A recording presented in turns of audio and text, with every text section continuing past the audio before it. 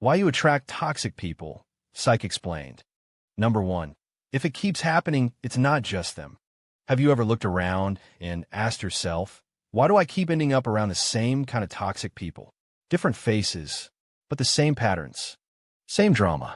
Same draining energy. At first, you thought it was just bad luck. Then, maybe you thought it was them narcissists, manipulators, energy vampires. But now, a quiet voice in you is starting to wonder, what if it's not just them? What if, on some level, you don't fully understand yet? You've been attracting them? Not because you're weak, not because you're broken, but because your nervous system learned a pattern early on, and your brain's been running it ever since. And you wouldn't be the first. Even Marcus Aurelius, the great Stoic emperor, wrote, "The soul becomes dyed with the color of its thoughts." In other words, the people we attract are often reflections of what we've learned to tolerate. But what if I told you, you can unlearn it? You can break the pattern. You can retrain your brain.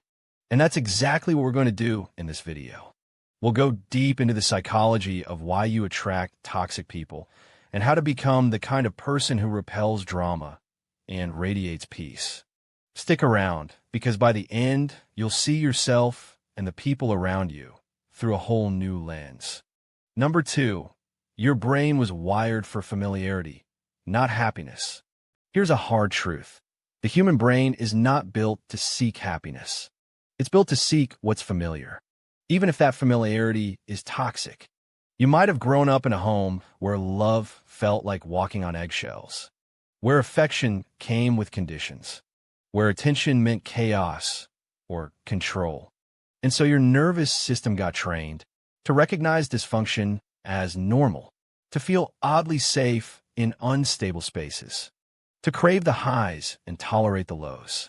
As a child, you didn't have the language to call it toxic, but your brain quietly took notes. This is what closeness feels like. This is how people treat each other. This is love. Fast forward to adulthood, and now, without even realizing it, you gravitate toward people who mirror that early emotional environment. They're intense. They're unpredictable. They light you up and then tear you down. And somehow, it all feels familiar. It's not weakness. It's not a lack of self-respect. It's a neural pathway formed in your most vulnerable years, pulling you toward what your subconscious has labeled as home. But here's the good news. Neural pathways aren't permanent. Just like Marcus Aurelius trained his mind through Stoic practice, you can rewire how your brain defines love, trust, and connection. And it starts with awareness. Because once you see the pattern, you can choose something better. Number 3, the subtle seduction of chaos. There's something addictive about chaos. Not the kind that flips tables and screams in hallways, but the emotional kind. The inconsistency, the unpredictability. The person who texts you intensely for 2 days, then disappears for a week. You tell yourself it's complicated, that they've just had a tough past, that maybe if you love them harder, they'll finally soften. But here's the uncomfortable truth. You don't stay because you feel good. You stay because you're hooked on the hope that one day you will. And it's not your fault. Psychologically, this is called intermittent reinforcement, the most powerful form of conditioning there is. It's the same mechanism that makes slot machines so addictive. You never know when the reward is coming, so you keep pulling the lever. And in relationships, that looks like chasing emotional breadcrumbs. They say something kind. You feel high. They withdraw. You feel empty. Then, just when you're ready to walk away, they do something sweet again. And boom, you're back. But this isn't love. This is your brain on survival mode, trained to confuse inconsistency with passion. Seneca, the Stoic philosopher, once wrote, "It is not the man who is too little, but the man who craves more that is poor." And when it comes to love, it's not the absence of affection that breaks you. It's the desperate craving for what never arrives consistently. Here's the promise of this video. You're going to understand why you attract toxic patterns. You'll learn how to spot the traps. And more importantly, how to break free from them. Because once you can name it, you can choose something better. Number 4, the wounds that whisper, childhood imprints on adult relationships. Imagine a little child. She's sitting quietly in her room, waiting for her parent to come home. Sometimes, that parent arrives with hugs and stories. Other times, with anger, silence, or absence. No explanations. No warnings. Just emotional roulette. Now, fast forward 20 years. That same child is an adult, navigating relationships. But without realizing it, she's still sitting in that room, still waiting for someone inconsistent to finally choose her. This isn't fiction. This is the story of millions of people. In psychology, it's called attachment wounding. When your earliest bonds were unstable, you internalized a dangerous lie, that love is earned through performance or that chaos equals care. So when someone gives you steady, healthy love, you don't feel butterflies, you feel bored. But when someone pulls away, criticizes you, disappears, your nervous system lights up. You mistake the anxiety for chemistry. You call it feeling alive. This was me once. Every person I chased mirrored the unpredictability of my childhood. And for a long time, I thought I was just unlucky in love. But luck had nothing to do with it. I was repeating what was familiar, not what was healthy. Marcus Aurelius, in Meditations, once reflected, "You have power over your mind, not outside events. Realize this, and you will find strength." Understanding that truth changed everything. I stopped asking, "Why do they treat me like this?" and started asking, "Why do I stay?" Because when you begin to trace the root, you start pulling the weed out for good. This is the breakthrough moment. Your pain isn't weakness. It's a map, leading you back to the self you lost while surviving. Number 5, energy vampires. Why you keep giving to the wrong people. Let's talk about something you've probably felt. That deep, draining exhaustion. Not from working too much, but from caring too much about the wrong people. They come to you with problems, with drama, with demands. And you open your heart. You listen. You support. You fix. Until one day, you realize you're the one left empty. This pattern isn't random. It's energetic conditioning. You've been taught, subtly or overtly, that your value is in your usefulness. That love must be earned through sacrifice. That being good means never saying no. But here's a truth that might shake you. Not everyone deserves access to your energy. There are people, often unconsciously, who seek light because they've never cultivated their own. They aren't evil, but they are draining. They feed off your boundaries being loose, your guilt being strong, your worth being tied to being needed. This is where Stoicism enters with thunder. Seneca said, "Associate with people who are likely to improve you. Welcome those whom you yourself can improve." The process is mutual. This isn't just philosophical advice. It's emotional strategy. You need a new rule. Energy is currency. Stop giving discounts to people who bankrupt your peace. Here's how you reclaim your energy. 1. Notice the after feeling. Pay attention to how you feel after interactions. Energized or depleted? 2. Set energy boundaries, not just time boundaries. It's not about how long someone talks to you. It's about how deeply they affect your nervous system. 3. Understand that empathy without limits becomes self-destruction. Compassion must include yourself. When you start filtering your circle based on how people feel in your presence, not just how long you've known them, you begin to protect the most sacred thing you own, your energy. Number 6, the role of childhood conditioning. Why you normalize red flags. Have you ever asked yourself, why do I keep attracting the same kind of person? The manipulators, the critics, the ones who love bomb, then ghost, the ones who take without giving. You're not broken. You're conditioned. Here's something raw. Most people don't fall for toxic partners or friends because they want chaos. They fall because chaos feels familiar. Let's go deeper. Childhood isn't just a chapter in our lives. It's the blueprint.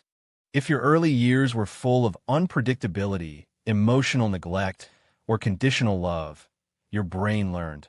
Love is earned through suffering. Peace is boring. Safety feels unnatural. So when someone treats you with kindness, respect, and emotional clarity, you might mistake it for manipulation. And when someone love bombs you or constantly keeps you guessing, you feel alive, activated, addicted, because deep down, your inner child is saying, this feels like home. That's why toxic people don't always look toxic at first. They speak the emotional language your nervous system understands. Now, the Stoics, particularly Marcus Aurelius, offered something profound for this. The things you think about determine the quality of your mind. Your soul takes on the color of your thoughts. When you begin to question your thoughts, to become the observer of your patterns, to reparent your wounded inner child with awareness and boundaries, you start rewriting the script. Here's a mindset shift. Not everything that feels familiar is safe, and not everyone who triggers emotion is your soulmate. Here's how you break free. 1. Awareness is the first sword. Journal your past patterns. What similarities do these people share? 2. Therapy or shadow work. Not just for healing, but for decoding the invisible contracts you've been signing since childhood. 3. Practice safe connection. Surround yourself with calm, consistent, kind people, even if it feels boring at first. That's your nervous system adjusting to real love. And most importantly, be gentle with yourself. You're not weak for attracting toxicity. You're strong for choosing to understand it. You're brave for deciding, it ends with me. Number 7, the energy you radiate. How your vibe becomes a magnet. You've heard it before. You attract what you are. But what if you're trying to be good, kind, open-hearted, and you still keep pulling in people who drain, manipulate, or betray you? Let's be real. This has nothing to do with being too nice or too weak. This is about vibrational frequency. And no, we're not going full crystal ball woo-woo. This is psychology. Here's the truth. Every emotion you consistently feel emits a kind of energy through your body language, your tone, your decisions, even your silences. People don't just hear what you say. They feel who you are when you enter a room. If deep down you carry shame, if your self-talk is riddled with "I'm not good enough," if you crave validation but fear abandonment, then your energy tells the world, I'll accept less, just don't leave me. And guess who hears it the loudest? Toxic people. They don't need words. They feel it. Epictetus, the Stoic philosopher who once was a slave and rose to become a teacher of emperors, said, you become what you give your attention to. If you constantly give your attention to anxiety, past wounds, fear of being alone, you vibrate at the frequency of survival. But when you give attention to self-respect, purpose, and inner clarity, you elevate to the frequency of powerful peace. So how do you shift your vibe? 1. Audit your inner world. Were you constantly thinking? Would you speak to a loved one the way you speak to yourself? 2. Mirror work. Stand in front of a mirror and say, I'm not what happened to me. I am what I choose to become. You'll feel resistance. That's how you know it's working. 3. Non-negotiable standards. Toxic people test you early. When you stop explaining your boundaries and simply embody them, your energy becomes untouchable. 4. Protect your peace like it's sacred, because it is. Not everyone deserves access to your heart, especially those who only show up to drain it. One final shift. Stop asking, why do they treat me this way? Start asking, why am I still allowing them close? When you vibrate with clarity, not desperation, when your silence holds more strength than your explanation, when your presence communicates, I don't chase, I choose, the game changes. And toxic people, they'll stop knocking, because your vibe will tell them, this door no longer opens for chaos. Number 8, the Stoic shield. How Marcus Aurelius would handle emotional vampires. Let's go back, way back to Rome. Imagine you're the emperor. You command armies, rule over millions, face betrayal, war, death, chaos. You can't escape responsibility. You can't just cut off toxic people with a text. You're Marcus Aurelius, and yet you still have to deal with manipulators, opportunists, liars, and flatterers. So how did he handle it? Here's a direct quote from his personal meditations, never meant for anyone else to read. When you wake up in the morning, tell yourself, The people I deal with today will be meddling, ungrateful, arrogant, dishonest, jealous, and surly. But I have seen the beauty of good and the ugliness of evil, and have recognized that the wrongdoer has a nature related to mine. That's emotional armor. Not the kind that hardens you, but the kind that protects your peace while keeping your humanity intact. You don't need to explode or suppress. You don't need to fix or forgive them to move forward. You need to understand the following Stoic truths. 1. Toxic people are tests, not teachers. They're not here to enlighten you. They're here to reveal your unhealed parts. Do you still seek external validation? Do you need their apology to find closure? Marcus would say, you have power over your mind, not outside events.